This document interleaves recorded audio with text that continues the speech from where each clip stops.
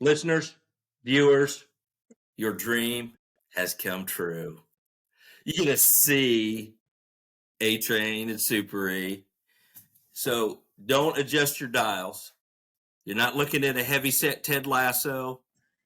You're not looking at a stocky Charles Manson. Who's Ted It's Lasso? A Train and Super E. Huh? Who's Ted Lasso again? You know what? The viewers will know who it is. Okay, go ahead. It's a show. All right. He's like a football coach who goes and is a soccer coach in England, and he's got a cheesy mustache and wears sweats. So, Got it. all right. So here's the deal. So we are doing these video podcasts because of listener demand, because they insisted on looking at A Train and Super E. Isn't that right, Super E? Been for A Train. So here's what I think. I think with these video podcasts, I think we're going to really bump the off script with Super E Empire up. Okay, I think we're going to go from 3 listeners to 6. It'll be an onslaught of new listeners. Yeah, right, exactly. So anyway, listeners, viewers, if after these experimental videos, you look at them and you decide, no, we don't want to see you guys anymore, you let us know. 10-4. I don't think that's not going to be the case. With a couple guys, eye candy like us. Oh, yeah, they'll get diabetes. Yeah, come on. All right. Well, hey, Super E, I see you're out in your garage. You doing some work on the car. What are you doing? No, I'm doing some projects, making some Christmas presents. No. Yes, you're like an elf. A very low rent elf. A very hairy elf. Yes, exactly. Well, have you thought of an interesting tale to tell our viewers and listeners? Well, I'm going to do another one about my premonitions. Remember how I talked about I had premonitions, like when I got shot and all that? Well, yes, I had another premonition. Me, Roxy, Mac Daddy, those were my partners at the time. We were eating lunch at the Long John Silver's, and when we go in, you have to walk down the little thing and pick out what you want or whatever. And the dude that was cooking, he was about, I don't know, 6'6", 6'7", big, tall dude. And, remember, this was like 10 or 11 years after it was popular. He had the greasiest jerry curl. I couldn't tell if he dipped his head in the grease batter or what. And I was looking at him, and all of a sudden it just hit my brain. I'll buy dope from this guy. This guy's going to sell me dope. And I was like, in my head, I was thinking, what the hell is that? It was just like a jolt to my brain. It's like I envisioned it. Okay, hey, Super E, so in some previous episodes, you've had these premonitions before, right? Yeah. Yes. Okay, so you think maybe you got just a little bit of psychic ability? Just a little bit. Is that what you're telling us? Huh? Yeah. Okay, so when you go up a little bit of Kreskin, so when you go up to order from this dude at the Long John Silver's, something pops in your head. I'm going to buy dope from this guy. Is that what you're telling us? Yeah, it was the cook. He was cooking something. He turned around to put it in, like, the little tray thing or whatever. As soon as he turns around, I look at him. He looks at me, and that's when it hit me. Me and this big, tall, 6'6", greasy-haired jerry curl guy. He's going to sell me dope, and it was weird. So I whisper over to Roxy. I said, I think this guy might be a dope dealer. I think he's going to sell me dope. And she goes, she just laughed it off. She said, you're crazy. Laughed it off. So, man, I couldn't help but, keep thinking. It was playing in my head. This dude was going to sell me crack cocaine. Didn't know when. That's so weird. We eat our Long John Silver's, which I do enjoy Long John Silver's fish. We go back to our office. and somebody, that takes the phone calls of citizens' complaints, they call down there. They tell me, Super E, there's a lot of citizen complaints of open air drug dealing at the apartment complex down there on Carson. I was like, okay. They said they're selling it on the west side of the building on the most south unit, because I think there was like 2 or 3 units. And so I'm like, okay, because I'd been there numerous times and I knew exactly where they were talking about. Mm-hmm. So what the plan was I was going to go in an undercover car and see if I could buy some dope. And then I would get a good description of who it was. And then we'd have some uniform guys go in and just get out casually, act like they were there for something else. But then if they could see the person that I described, they would lock them up for dealing dope. We'd call that a buy bust, because they right. the people above me, they wanted action now.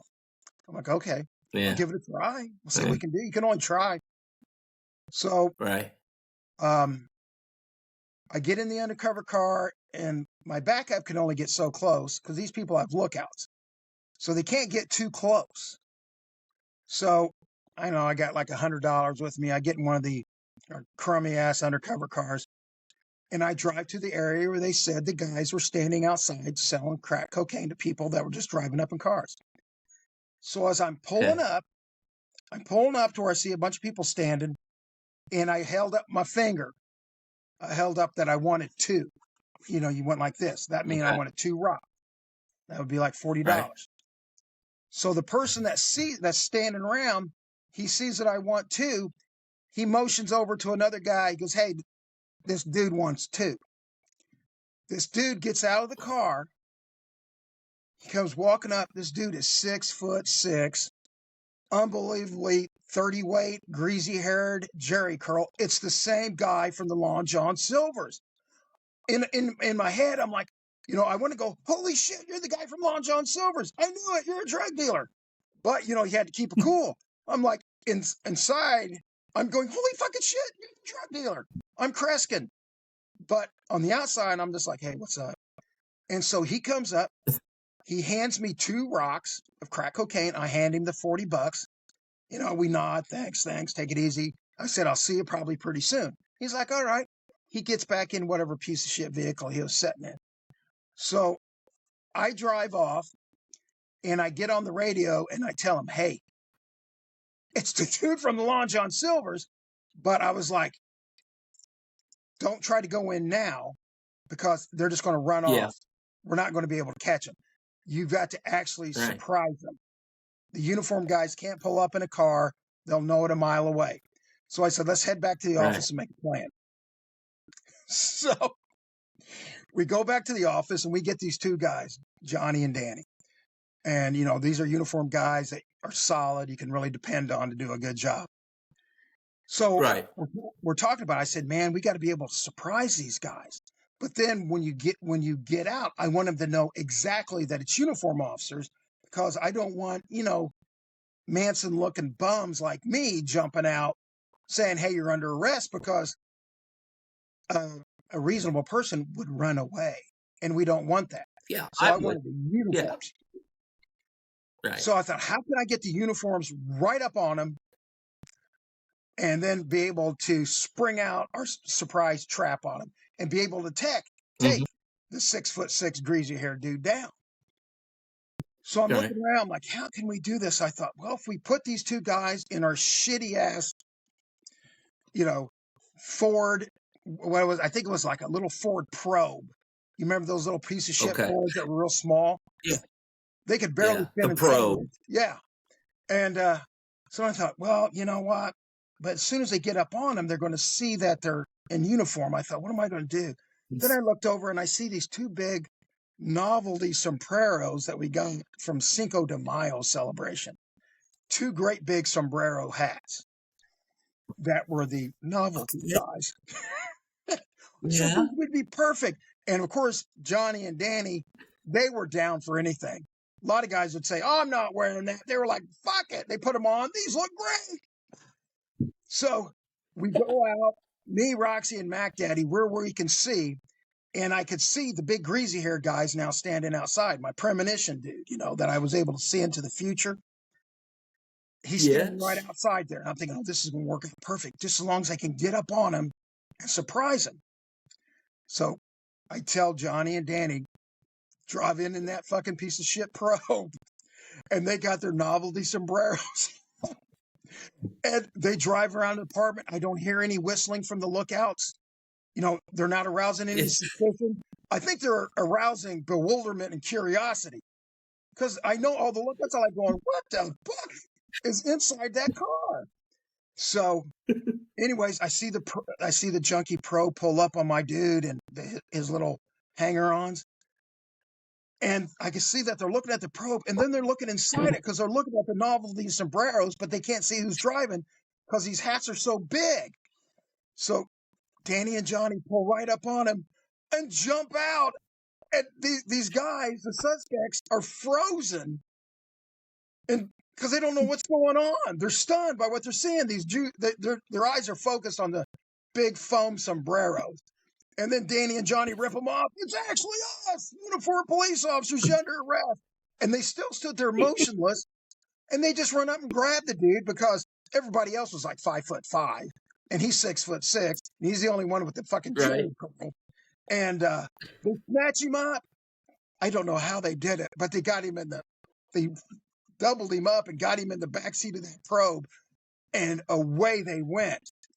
And there was no kind of fighting, no running, no nothing. It was just as smooth as can be. Everything went perfectly well, just like I envisioned it. Okay. I gotta go back and ask a couple questions if I can. Go ahead. So, all right. So you're in the Long John Silver's. You're just on lunch with Roxy and somebody else with you. I can't remember. Okay, Mac Daddy.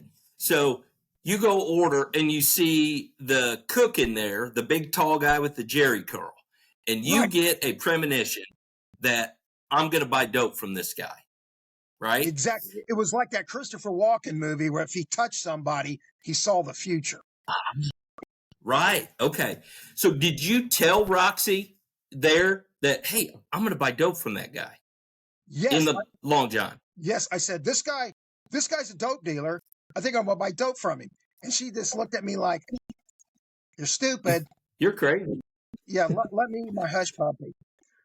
So, she really didn't give any thought about it. So after lunch, you go back to the office, and that's when the citizen complaint comes in. Yeah. About about people selling dope in the projects or whatever. Yeah, down on Carson Avenue. The phone call comes in. It was like a series of perfect coincidences. And this is all the same day. Yeah, it's like within a couple hours. Okay, that is creepy. So after you ended up locking up the tall guy, was Roxy like, you're a psychic? What'd she say? She just couldn't believe it. And I said, never doubt me ever again. Never doubt Super E. Yes, and I predict in the future you will buy all my lunches. Yes. Okay, so second question. So after you bought the dope from him, and then you go back to the office, you're setting up your takedown plan, and so you're going to have these two uniform officers go in an undercover car. And so as you're making your plan, you see these sombreros, they're hanging up on the wall in the office. Is that right? Right. Okay. And you decide, hey, put these on. Exactly. So, okay. So these two uniform officers roll into the projects in their uniform, but they got these big sombreros on. Correct. Okay. And so as they're pulling in the lookouts, they let them go in because they're like, well, there's two dudes in sombreros, right? How could that be? That's not the police, right? Exactly. They were so confused. They were confused into inaction. Right. Wow. Okay. And so they go in and they jump out of the car. Did they rip their sombreros off, or did they keep them on when they locked him up, do you think? No, they jumped out and they had the sombreros on, and my 6'6" dope dealing suspect was like bending down like, what is going on? He was looking at him, and then they just rip off the sombreros. Aha, it is we, actually, The uniformed police police. officers. Jury Curl Dude, you're under arrest. Okay. That is, that story is it has so many things going on. It has your premonition, which is kind of freaky, dude. I'm not gonna lie. And then the whole, it just comes to you. Listen, put these sombreros on, roll in there, grab him. That's nuts. Exactly. And 11 years later, I had another premonition. It was like a movie playing in my head. And then the next day, it happened exactly the way I thought it would. So these premonitions, they've happened a few times in your career. Yes, they have. They've happened several times. Didn't you also have a premonition right before you got shot? Yes. You knew you were going to get shot. It was like, for like a week and a half, I thought, I'm going to get shot, because we were working on this complaint house. And it took me about a week. And then I thought, man, I'm going to get shot. I'm going to get shot on this. And sure enough, and it was funny because when we were going up to the house, I had like 10 uniform officers assisting, 10 detectives. They're all racing up to the house. I drove up the raid van. I just get out and I'm walking up real casual thinking, yep, today's the day. Yep, I think I'm going to get shot as soon as I go in here. And then when Big Steve hit that door, I went running in there. Sure enough, it happened. So, okay. We did an audio podcast of that incident where you got shot. Listeners, maybe we should do that one again on video. Listeners, viewers, let us know if you want to see that one, and we'll put that one on video, because that was a scary, pretty fascinating episode. Yeah, everything got a little dicey. Yes. But look, you survived. Look at you. You're sitting right there. Knocking on. Okay. All right. Well, listen, man, that was a good one, Super E. I enjoyed that. I hope everybody else did. So, all right. Well, Super E, get ready for our empire to go from here to here. All right. We're going to go from $7 to $23. Yes. 3 listener viewers to 6. I mean, we're going to double. We're going to double our viewership. All right, everybody. Listen, we're going to come back with another one. You all have a great day. Everybody have a great day. All right. See you, Super E. See ya. Bye.